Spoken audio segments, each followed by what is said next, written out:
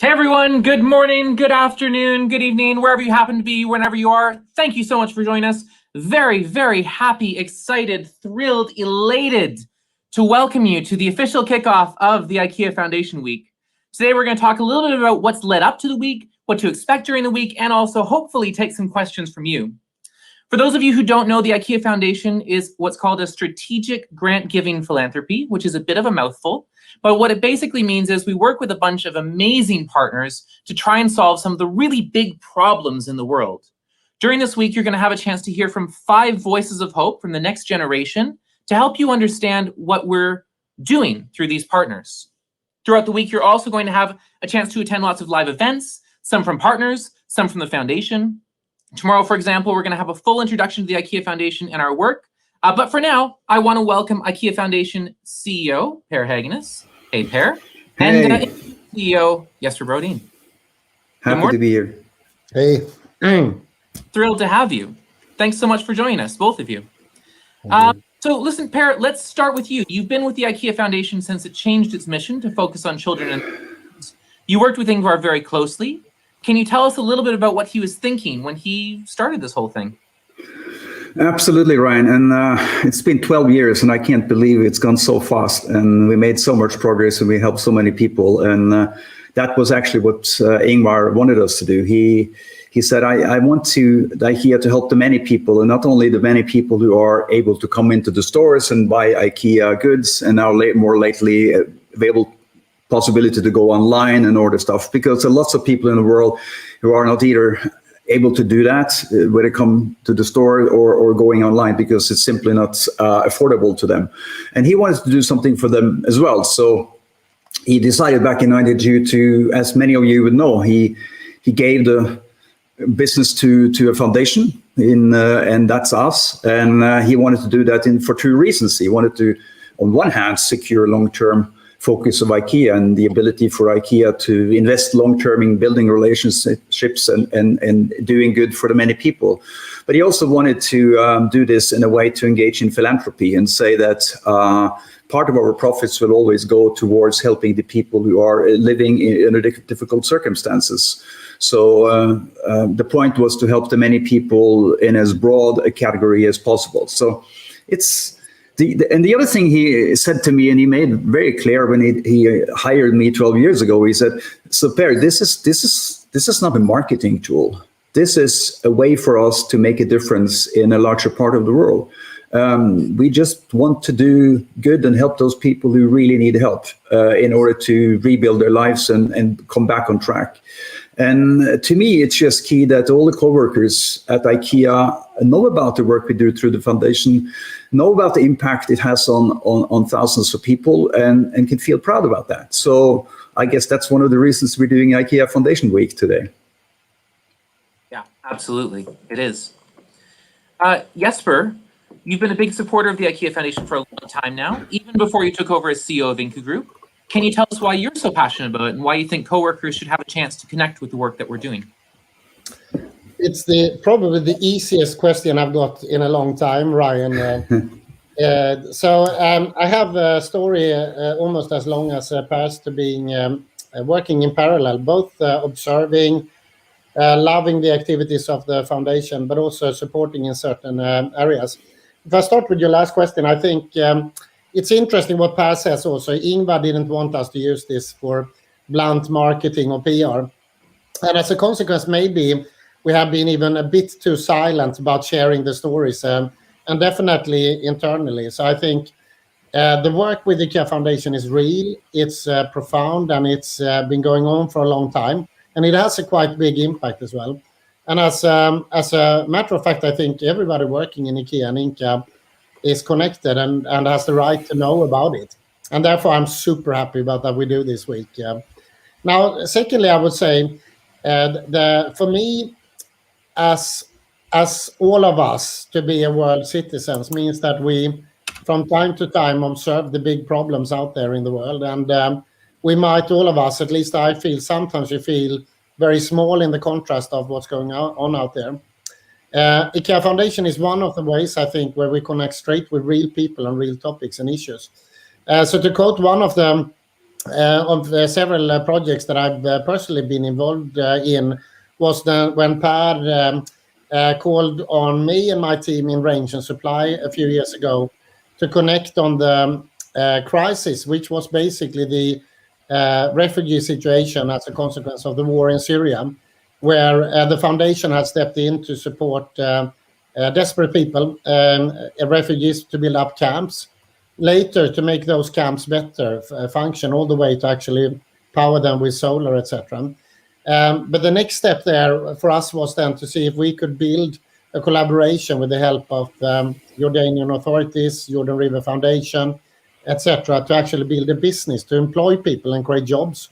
So I think for me, the interesting thing with the foundation is that we both have an opportunity to step in a time of crisis, but then actually how we can help in different parts of society to create improvements. And that has been difficult, mind-blowing, but also one of the big pride points for me.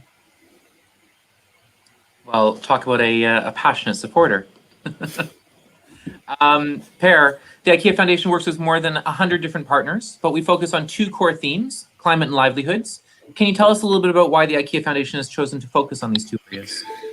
Yeah, well, as you know, Ryan, our real focus is on children and improving the lives of children who are living under difficult circumstances, often in what we call the global south.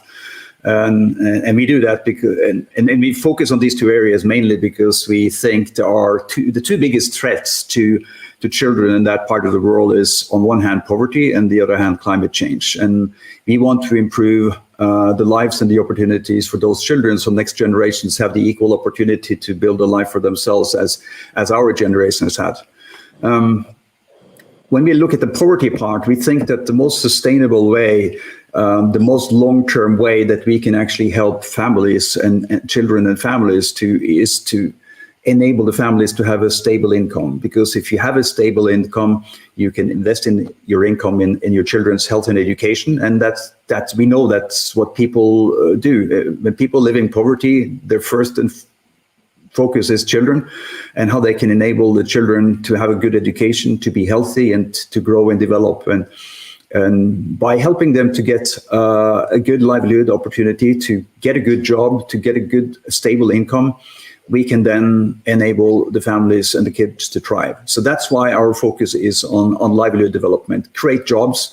And creating jobs in some of these communities is extremely important because there are so many new people being born into the world and millions of young people looking for jobs every year. And we will do our part and try to invest in entrepreneurship in different ways for these young people to either get a job or build the future with economic impact for themselves. So that's the livelihood part. Then we know that none of this is going to work very well unless we can control the whole issue around climate change. And we often talk about saving the planet, and it's really not necessary to save the planet because the planet's been around for millions of years and will still be around. The question is, can we keep the planet in a way that it's livable for people? And we are sort of running out of time to actually do what we need to live up to the Paris Accord. And that means staying within 1.5 degrees of global warming.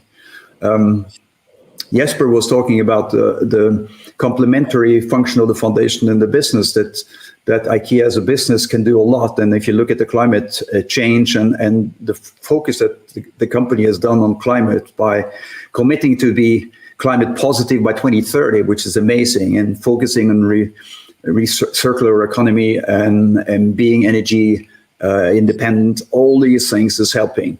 But we are trying to do the same thing in our part of the world where we operate in the global south, where we have programs for lots of people living in poverty to actually be able to cope with the impact of climate change, adapt to the impact of climate change, be effective in farming even if drought is threatening the farms. How can we help them in securing their income under these difficult circumstances? And that happens partly on a global basis, where we work with organizations that will help the world not only commit, but deliver on their commitments to 1.5 degrees, which will be countries' commitments, it will be governments' commitments to reduce their carbon footprint, it will be about mobilizing people to actually tell politicians what they expect to do. It will be about looking at the finance sector and see how the finance sector can refocus their financing towards climate-friendly investments and reduce the investments in fossil fuel and the different kind of businesses that reduce the impact or increases the impact on climate change. So if we're going to be at net zero by 2050, which is the ultimate goal from the climate accord in Paris, we have to be net zero on climate change for 2050. That requires us to be down 50% already by 2030. That's a huge step, and we only have 9 years left. So we focus all our energy on trying to help the world to deliver on this. Now, having said that, those are two key areas for us, but we also have a strong focus on refugees, as Jesper was alluding to, and we're helping refugees rebuild their lives, become self-reliant, and restart a life when they've been forced to flee their homes, show up in a new country with nothing, and rebuild their lives for themselves or their families. So that's a strong focus for us. And finally, we also see that not only climate change, but climate change has enforced the impact and the numbers of natural disasters in the world. And that's inevitable given where things are going right now. So we try to help communities, local communities, to prepare for those and reduce the impact of climate change and other types of disasters. So we work on disaster prevention.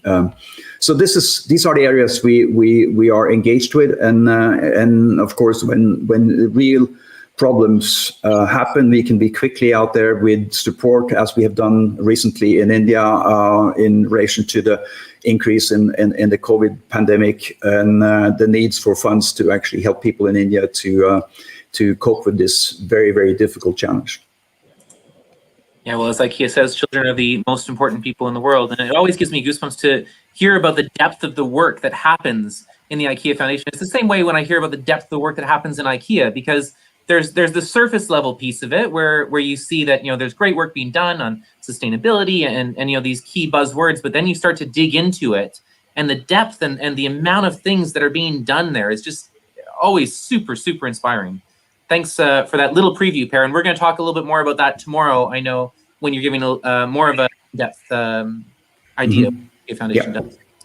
But Jesper, I'm always fascinated by the way IKEA is set up. It's a franchise system. Ingka Group's the largest franchisor. Ingka Group's owned by a foundation, which is pretty unique. That, of course, provides funding to the IKEA Foundation. Jesper, it's only thanks to the profits from Ingka Group that the foundation can do its work. So let me just say thank you. But what do you think about this setup? How does this position IKEA overall? Why is this important?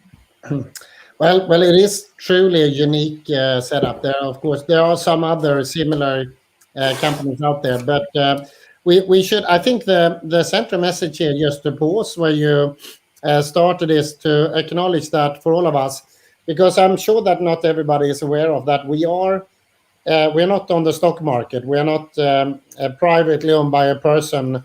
But actually, when we make profits, it goes to the foundation, the Ingka Foundation. And the purpose of the IKEA Foundation then is basically to use the money for the purposes that we discuss here. So in a way, each one of us working in a DC, in a store, in an office, in Ingka, when we do well, we pay our dividends to the foundation.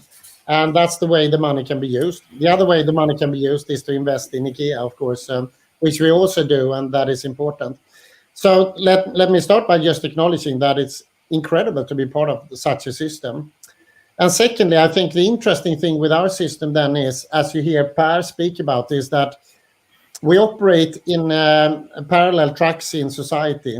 Ingvar understood. Per, more than most people I know, I think, understand that in order to make life on this planet better, we need to look at the total system. Recently, I know that IKEA Foundation has responded to the need to drive vaccination, for instance, in in places where that's difficult and challenging. And that's just one example to say that IKEA, we are focusing on co-workers, our stores, the operation, safety, etc. And then we have the foundation who addresses places where we might not have IKEA yet, so to say.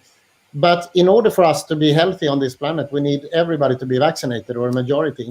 At the same time, to renewable energy, where we are currently in Ingka, we have invested more into renewable than we consume ourselves, and we're on the way to make sure also every unit that we have is actually connected to our own grid eventually. And at the same time, IKEA Foundation is then acting on places which might be the last ones into a conversion in order to help and sustain a leapfrog. So again, as the late Professor Hans Rosling was making aware for us, is that we create jobs, we make homes better, we help people in our supply chain to make things better, but we also operate in areas across the whole society, which is quite fantastic. So it's a big pride point for us to be part of that, I would say. Yeah, super inspiring. And I hope that coworkers, as they learn a little bit more about it during this week, also start to feel really proud about the work that they do, if they don't already. So listen, I think that's a pretty good kickoff. So I think we're ready to officially kick things off. Per, Jesper, I'd like to introduce you and our audience to our 5 voices of hope. Sometimes the work that we do can be really difficult to explain in a really simple way. As I said before, there's so much depth to it. So what we did is we pulled out 5 personal stories, 5 incredible young people who are talking about 5 of these focus areas. And I just briefly want to introduce you to them. After that, it would be great if you can share any reflections that you have on them as well. Does that sound good? Mm-hmm. Great. All right, here we go. So I'm going to try and do this in about a minute, super quick. I even put a little timer on for myself. So let me start by introducing you to Spurti Kutagi. She has been supported by the work of the Selco Foundation. We're talking about renewable energy here. She's a voice of hope for powering communities. And she talks a little bit about how her mom is able to support their family now with a solar-powered sewing machine. Then we have Evelyn Nuwira, who is a voice of hope for planet-positive food systems. She's speaking about the work that Rainforest Alliance does in creating coffee that's good for people, good for the planet, and tastes really good too. Then we have Jane Burston. Jane Burston's the CEO of Clean Air Fund, a voice of hope for a livable planet. She's talking about clean air, one of those issues that unites us all, how 9 out of 10 people don't breathe good, clean air. Then we have Merve Marindi. He's a logistics supervisor for Médecins Sans Frontières in the Democratic Republic of the Congo. He's a voice of hope for unseen emergencies, and super inspiring to hear about his journey from being supported by MSF to supporting MSF.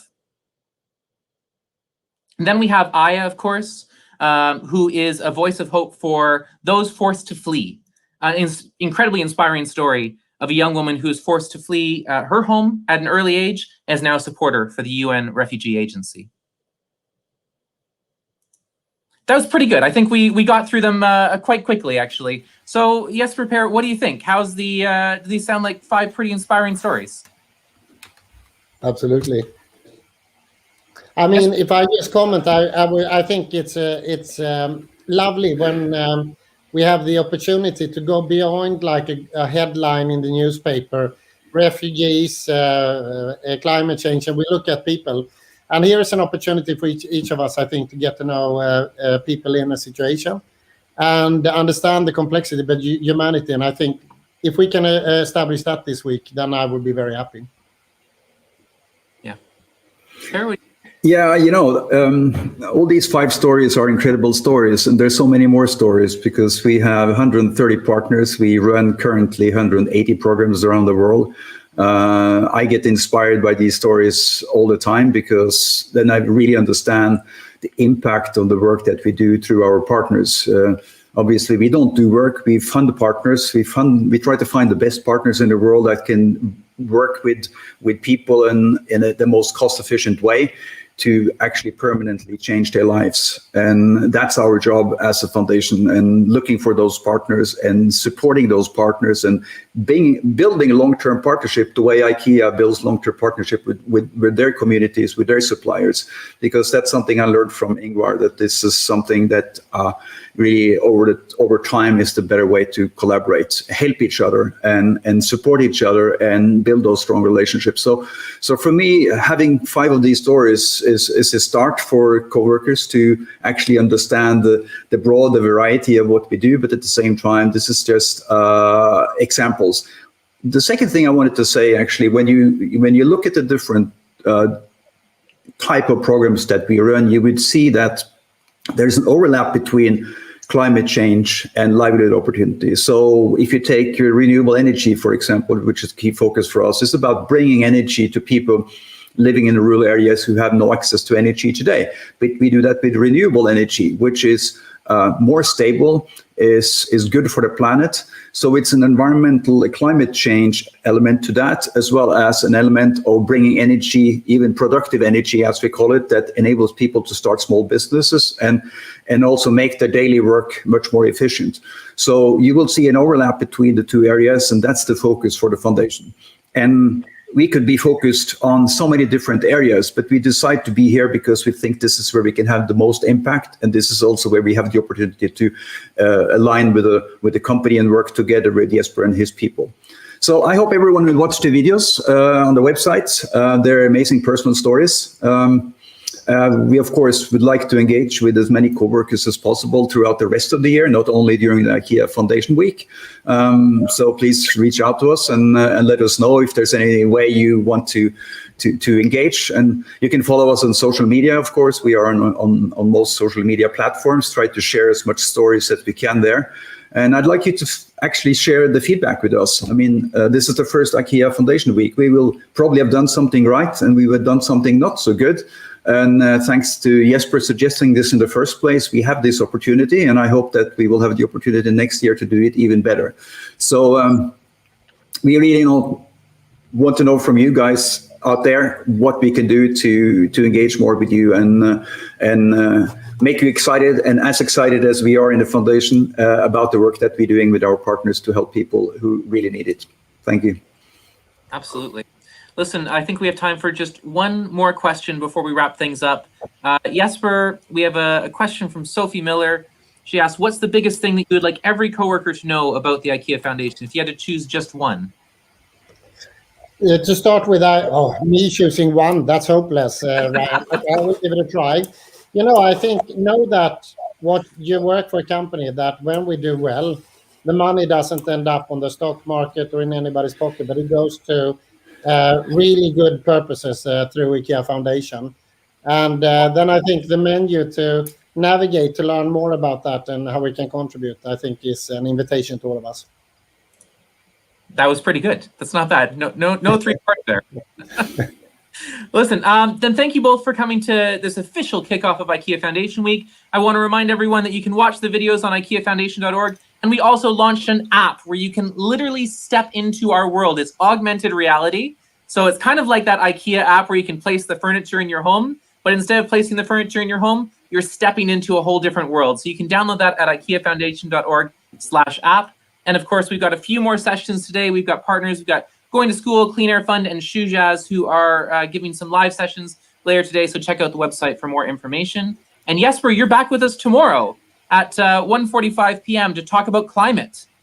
Very good. Looking forward to it. I'm going to download the app now, actually, until then. Amazing. All right, then big thanks, both big virtual hugs. Maybe we can do this in person. What do you think? Good idea. All right. See you. Bye. Thanks, everyone. Thank you. Bye.